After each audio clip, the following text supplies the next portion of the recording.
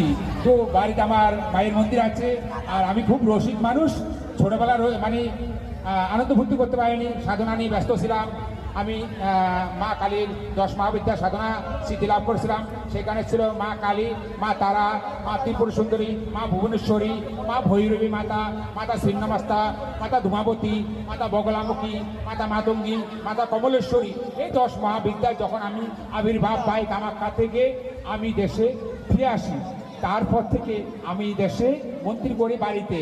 তো সেই একই সঙ্গে আমার এই 10 মহাবিদ্যার মন্দির বাড়িতে আছে। আর আমি ভিডিও করি, ভয়েস ভিডিও, বেশিরভাগ ভিডিও করে থাকি।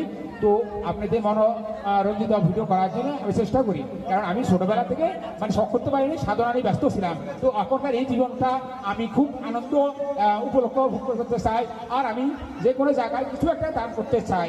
তো তার জন্যে আমি একটু ওই তো দেখতে পেয়েছি এবার সবার মানে কিছু দেওয়ার মতো এত কিছু নেই, সাধারণ একটু জল দিয়ে আপনাদেরকে যেন আমি কৃতজ্ঞ আপনাদেরকে মানে প্রবর্জনা করতে পারি। তো আপনাদের আশীর্বাদ আমার সঙ্গে থাকে, যেন আমি আরও বড় বড় যেন দান করতে পারি। আমাকে মা অনেক কিছু দিয়েছিল, তো তার জন্য আমি গর্বিত।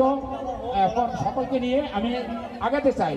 আমি যত ফেসবুকে যত গণ আছে এবং ছোট বড় দাদা দিদি মা মাসি সকলের চরণে শতকোটি প্রণাম জানাই। আমার মা কালী মা কামাখ্যার করুণা এবং আপনাদের যাদের নামগুলো একবার এড়িয়ে গেছে, মানে প্রথমে ডেকেছিলাম তারা সেই মুহূর্তে প্রেজেন্ট ছিল না, তাদেরকে আর একবার ডেকে নেবো আমি।